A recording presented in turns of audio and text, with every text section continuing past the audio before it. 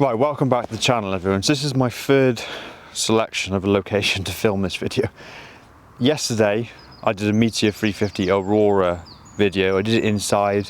I was a little bit put off, to be honest, a bit self-conscious because people were walking in and out of the shot. So I'd say something and then somebody would walk through and you're like, it's just weird filming like this when people are walking around, going to the toilet and everything. It just didn't work. Today I thought, right, I know, we'll film outside the front of the dealership where there's loads of nice bikes parked, to be a nice backdrop and all that. It was great until 4 or 5 bikes all arrived. People got off their bikes, in and out of the camera, in and out of the shot. I was like, oh, okay. I mean, I did have a really nice chat with a guy called Colonel Mustard, or that's what his bike's called. Yellow Fireball Meteor 350, all the optional extras, lovely bike, 71 plate. He just really looked after it, and it just looked great the way he'd done it out. So he was really nice. So third time lucky, I've come to the back, nice field. Hopefully we'll have a little bit of an easier time recording the video. Once again, thanks very much to Midwest Moto for inviting me up here, letting me ride their brand new demo bike. This one is actually pre-registered, so don't even need trade plates on this. I can go out and ride it, and you can too. So if you want to ride this bike, and you're in anywhere in the West Midlands, then come up to Midwest, because I just love coming up here. Really, it's fantastic. So I'm doing shotgun. Shotgun, bit of an interesting bike for a few reasons. It's the latest 650 engined bike from Royal Enfield. They are kind of propagating out now from obviously Interceptor and Continental. Then you've had Super Meteor, you've now got shotgun, and you've got classic 650 waiting in the wings. I think a lot of people are waiting for classic 650 as well. Now, shotgun's a bit of an interesting bike really, because it doesn't look like a typical Royal Enfield, and that's something I think is going to be one of the questions of today's video, is who's this bike actually for? Is it a bike that you potentially spend 6,700 on? It doesn't look like a Royal Enfield in terms of the chrome with the exhausts, the polished fin stack on the engine there.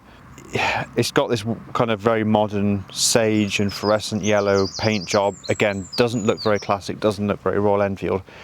So are there people watching this now like me, so I'm going to admit to my own bias, that think Royal Enfield should be a kind of classic looking bike? I'm going to ride the shotgun, see what I think about it, and try and understand who it's actually for. Back in India, where obviously the home market for Royal Enfield is, there's an emerging middle class, just like in China, of younger, more affluent individuals who want to spend money on luxury, non-necessity products. India's going a little bit that way. The younger guys coming up want motorcycles that look good, are well made. They got some like style, some panache about them, not just using a 200cc bike to get to work and back. This is something that someone's going to be proud of.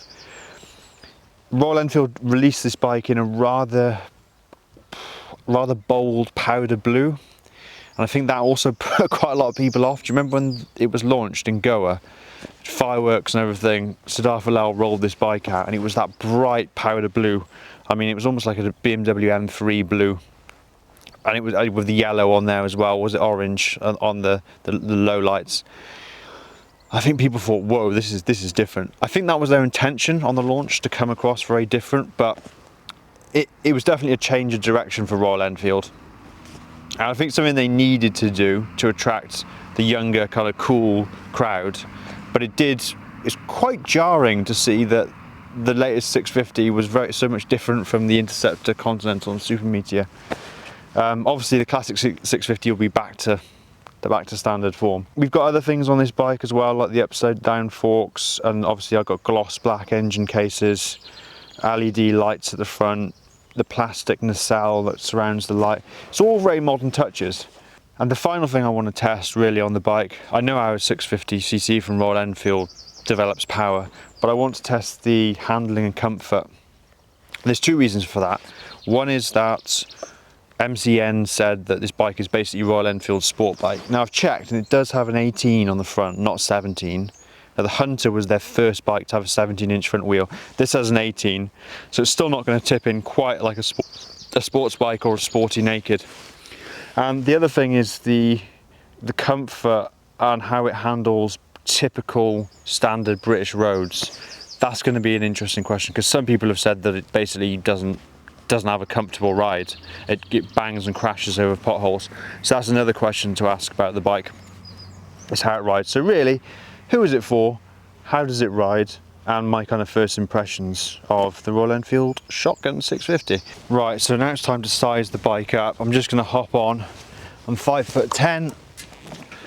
I've got a 30-inch inside leg, and obviously I can flat foot the bike really easily. It's kind of made to be accessible for all people. Mid controls, a little bit of a bend in the knee.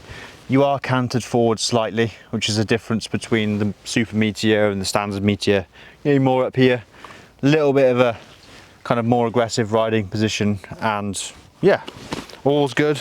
Pillion pegs are almost as low as the rider's pegs, so I imagine, even though Susie's not here today, she'd probably say that's quite comfortable. Side stand, nice big side stand, big foot on the side stand so it won't sink. Often I take bikes out here onto this paddock, it's been leveled, so the topsoil is quite soft, porous, and bikes will actually tip over. Whereas on the Shotgun, just a little clever detail, you can plonk that down there and it doesn't go anywhere. So overall, I think the bike's going to be suitable for many riders. Two-wheeled Willie, is he going to buy a Shotgun 650, or is he going to wait to the classic 650? We'll have to go and watch his channel and find out if he's going to buy another Royal Enfield 650. Could it be this one? Right, let's get down and personal with the Shotgun 650. So up close, I am really impressed. Obviously, I wanted not to like the fact this bike was very modern looking and doesn't have the chrome and stuff that we expect from Royal Enfield, but as soon as you set eyes on it and kind of touch it and work your way around the bike, you are impressed. Like, this is something you'd be proud to ride and you'd happily have it in your garage. I'd even go as far as to say as you'd be one of those bikes that you turn your head and look as you walked out the door, even when it's parked. It is a lovely looking, stylish roadster type of bike. Now, there are lots of little touches on this bike which contribute to that overall quality feeling. Of course, they've done nice little things that you wouldn't instantly think of, like this braiding here on the oil cooler is black, so it kind of sits with the theme. Got the gloss here on the cylinder head cover and also the engine casing here. Where they've machined Royal Enfield, it's actually a little bit dappled in the alloy. So not only do they just machine off the logo to reveal the bare alloy, but they've also put some texture into it. I mean, it's little things like that they go to the extra miles and make this bike a lovely thing. There are some practical things which are going to improve the overall quality, like you've got upside down forks from Showa. I think they're a separate fork function. Nice LED headlights with the Royal Enfield branding in there. Up top, you've got the Tripper navigator and the instrument cluster. Metal on the switchgear. I mean, I say this time and time again, Royal Enfield leads the way in switchgear. It's better than BSA, it's better than Triumph. This switchgear is just so nice to look at and also to use, so they get top marks for that. Now, it's not all good. Where it does fall down a little bit is probably, you could argue, the tyres. Now, people debate, see it. Some Royal Enfield owners say after a couple of thousand miles, they square off and tramline horribly. I think for the riding that most of us do, you're fine with Seat tyres. You don't really need to upgrade. It's the same story for the rear shock. I'm sure there's going to be a review out there on the internet that says the rear shocks bounce around or whatever and replace them with Hagon for a better ride. Yeah, of course, if you spend £350 on shock absorbers from Hagon, they're going to perform better than these items which are built into the overall pricing of a bike that costs 6,700 quid. So there are areas that perhaps could do with a little bit of updating, like the shocks, like the tyres, but like for most of us, do we need to upgrade those parts? I would say no. Other little details which, when you get down and close to the bike, reveal themselves. Oil filter, bang on the front of the engine where I like to see it, because even the DIY mechanic can just get a wrench on there, undo that, change the oil. That actually helps a lot, because just maintaining the oil and doing above service frequency, that doesn't make any sense, but we'll roll with it anyway. You know what I mean? More often oil changes actually preserves the life of your engine. And if you want to, you can have a home mechanic approach, and you can just whip the oil filter off and then drop the oil, and that's quite an easy way to service your bike and look after it at home. Similar story, fuel filter down here. very accessible. Under the, what is that, swing arm, you just move the centre stand out of the way and you'll be able to get the fuel filter. Even I could probably change that fuel filter. What we've got here is the centre stand, of course. Royal Enfield seem to come with them out of kind of as a standard operating. Every Royal Enfield bike seems to have a centre stand, which is brilliant, because when you haven't got one, like me on the BSA, then you miss having one. The thing I don't really like as much is probably the exhausts, and not because they're matte black, because that fits with the theme of the bike, but it's because they are kind of the same as they've been since 2016 or whenever the Interceptor was released, 2018. Two pipes, one either side, which adds weight to the bike. Already weighs a bit, 242 kg I think, but I'll put it in the screen. But they've also got that upswept look. I kind of think, come on Royal Enfield, you could do something a little bit more interesting. We could have a 2-into-1, we could have a little bit of a upsweep or something cool, but they've just gone for, if it ain't broke, don't fix it. And that's the case with the exhausts. Another point which is really, really nice is the pillion seat. So you take the pillion seat off, becomes a backrest, no fuss, keys in the seat, like actually in the seat. Just a little bit more interesting. They could have put the key here and had a little cable, but that wouldn't have worked with the rack because it would have been in the way of your luggage. So the key's actually in the top of the seat. Now that is a kind of cool, clever thing. Got the tripper on there as well. I think I mentioned the switch gear, very, very nice. And then finally, the bit that you see when you first look at a bike is obviously the paint job. It's the biggest, most eye-catching piece. And Royal Enfield paint, there must be a bloke in health and safety somewhere in India having a heart attack with how much titanium dioxide is in these paints, because they just pop. They're better than Triumph, they're better than BSA. Royal Enfield paint is just something special about it.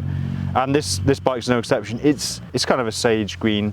You've got another nice detail, which the stickers are actually under the lacquer, which is what Triumph are known for. So Royal Enfield up in the game. You see, just a little bit incremental. Someone's thought, yeah, that's gonna work there. We'll do that. This on the braided hoses. It's hard to fault it, especially at the price point. It's hard to fault the shotgun. But that's enough about how it looks. Let's get out and ride the bike and we'll see how it actually performs. Right, let's get my gloves on and let you know my thoughts on riding the Shotgun 650 out in the wild. So it goes into first. We're going to pull off. Oh, stalled it. Shows how good a reviewer I am. Right, off we go. There we go. Oh, it's lovely. It's lovely. It's like when you wind it on, it kind of, it's smooth and it sort of like builds the power. You don't need it to be blisteringly fast or high top end. It's a torque focused motor, and second and third are just so much fun.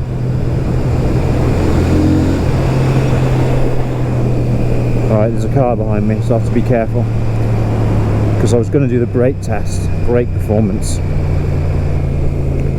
So we've unfortunately gone out on a busy road, but I'm sure we'll have an opportunity.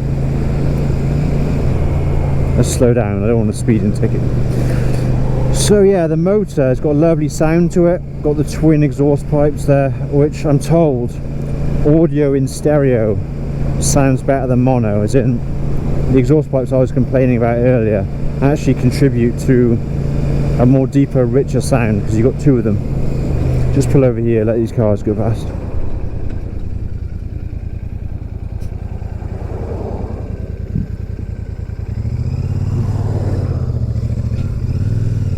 Right, what I'm going to do now, there's no one behind me, I'm just going to test the slow speed control.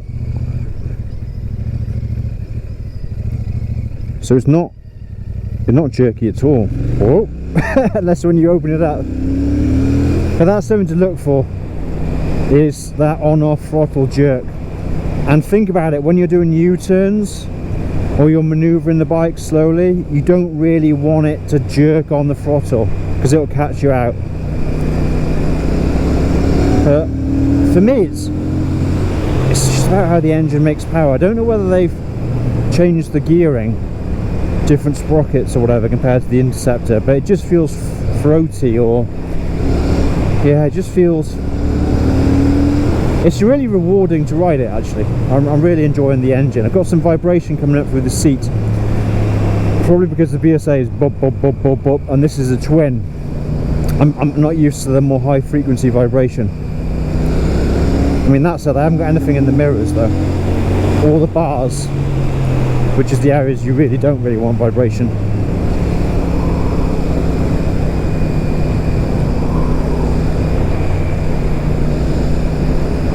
For me, 47 horsepower is enough for the road. I mean, I ride a bike with 45 horsepower. I don't personally think you need any more than this to have an enjoyable bike. There's a lot of people on Meteor 350s who are loving their riding, loving their motorcycles, and they've got 20 horsepower. So 47, you're kind of spoiled, really.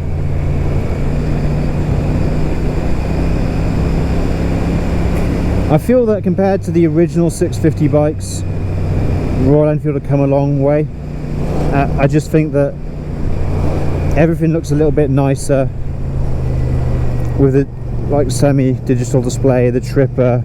You've got the Coke bottle grips here, but you've also got adjustable span levers. You've got the gloss black alloy switchgear. Like, it just all is really, really nice. Look at Showa there on the fork top. It's non-adjustable, but you perhaps wouldn't need it.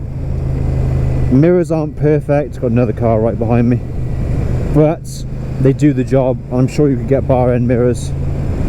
This bike is particularly a platform for accessorizing, isn't it? I mean, they've made it into a bike that's perfect for accessorizing.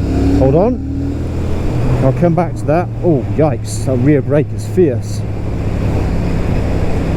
Look at that. I mean, this is just perfect riding for the shotgun. What gear am I in? Third, and it's just pulling up through the sweeping incline there.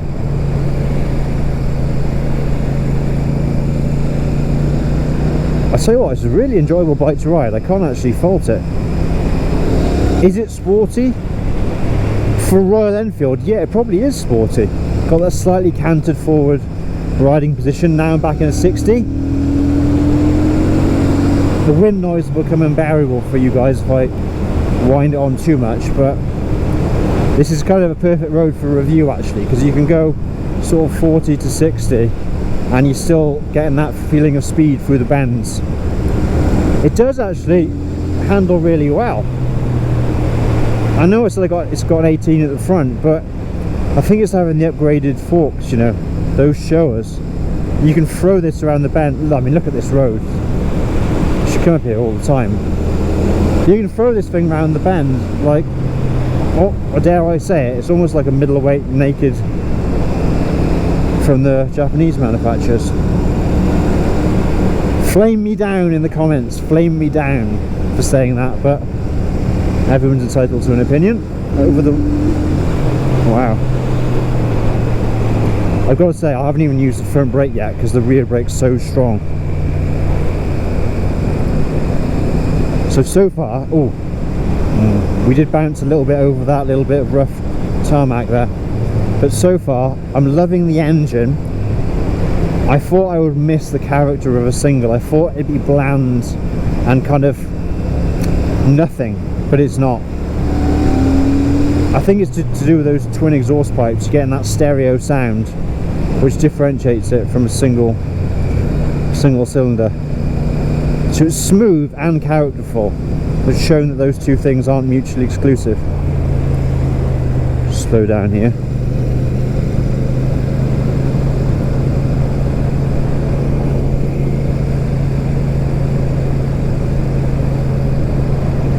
So in terms of comfort, yes, it is quite hard suspension.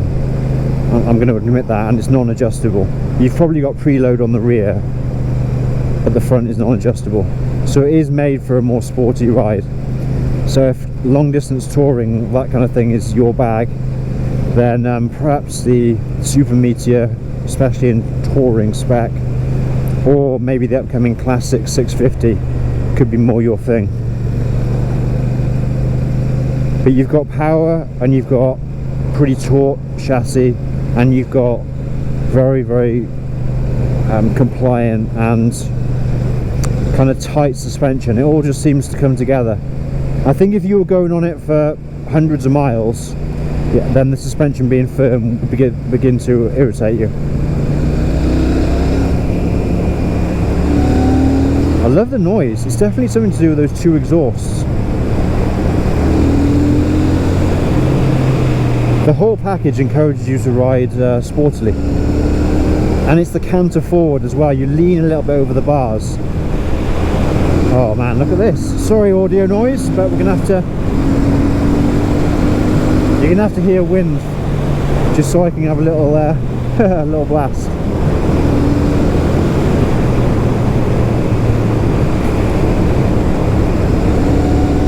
The brakes are phenomenal, and they're not even Brembo, they're Byberry, the Brembo sub-brand.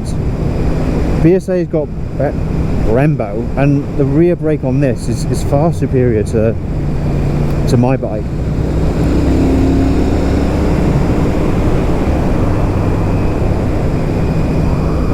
I mean, let's talk quickly about the rider's view. It's all really nice up here, isn't it? I mean, you got the Coke bottle grips, it's got the alloy there, switchgear in the gloss, which looks particularly nice. They haven't changed this from the Meteor. It was plastic on the Meteor, but just in the orientation, everything just really nice, just works really well. It says school here, so I'm going to slow down. Everything's within easy reach. It's just really nice the way that the everything's laid out. Adjustable span on the levers as well, kind of a satin finish on the lever. Nice chunky levers, kind of goes for that retro custom style, almost like a Harley, big wide lever there. Out front here with the tripper and the speedo, the speed is very clear, which is the main thing. Let me just pull in, just let these cars pass because people are always riding behind me or driving behind me. Nice and clear there, indicators nice and clear, and the tripper, you see how they just offset each other perfectly. It doesn't look weird having one off to the side because you're offset with a little display there alongside it. But yeah, I mean, let's just do the slow speed again. Ooh, can I do that without stalling it? Go on, Sean.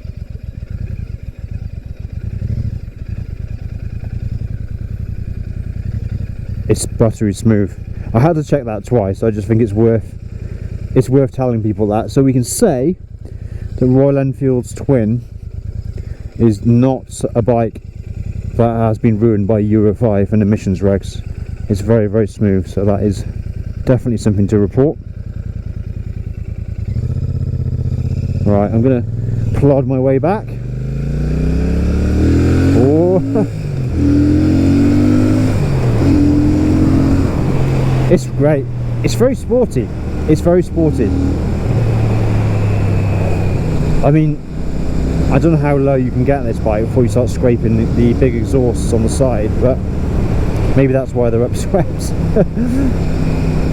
It's a bike with firm suspension, but if you want to blast around and not plod, it's going to reward you for it. So bravo Royal Enfield, you've done something totally different, and the more I ride it, the more I'm starting to like it.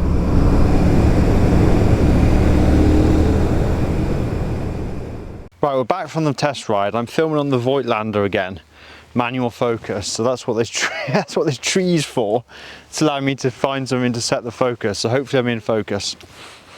We're doing stuff old school now on this channel, bikes, but everything else too. So conclusions for the Shotgun 650. Just going to call it the Shotgun. It's a sports bike.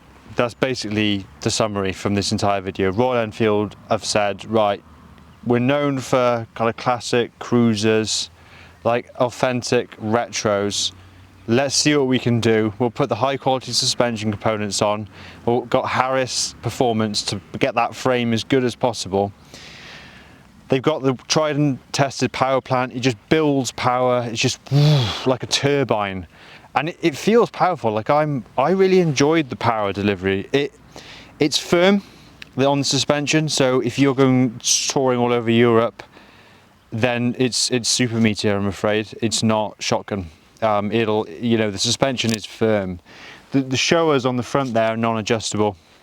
The rear you could probably crack off the preload a little bit, but I'll give you that, it's a firm ride. She's a very quality looking bike. the overall feel of the bike is quality. I'd be happy to own that bike. Royal Enfield are definitely saying, look at what we can do. It's a departure from what they've done before. It's almost a high watermark of what they can offer in terms of the chassis dynamics. The question, I guess, is probably not so much shotgun or super meter. It's probably going to be shotgun or classic 350.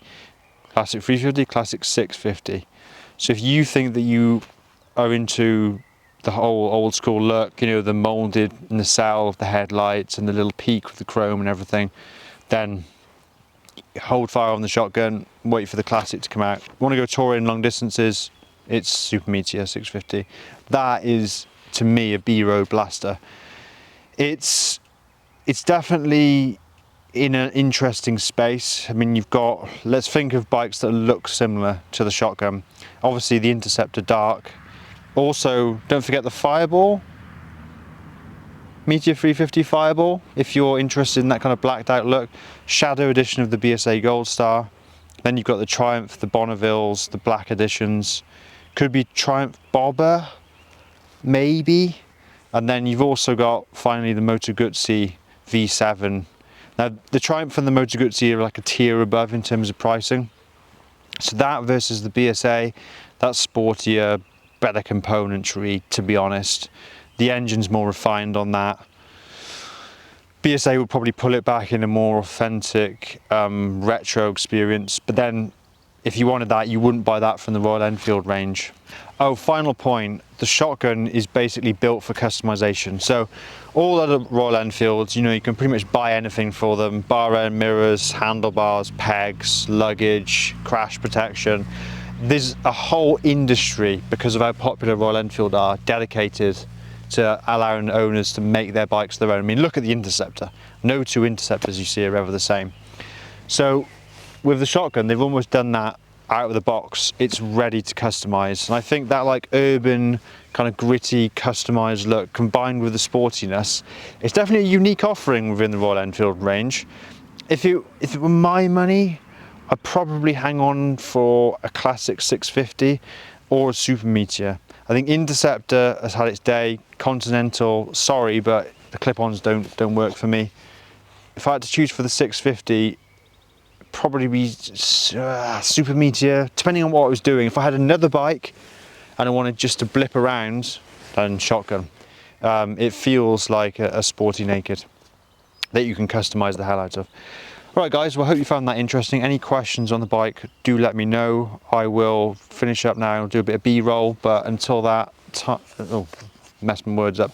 Until next time, I'll catch, oh, this is just going to pot. I've done good up until now, so we're just going to end the video there. Cut.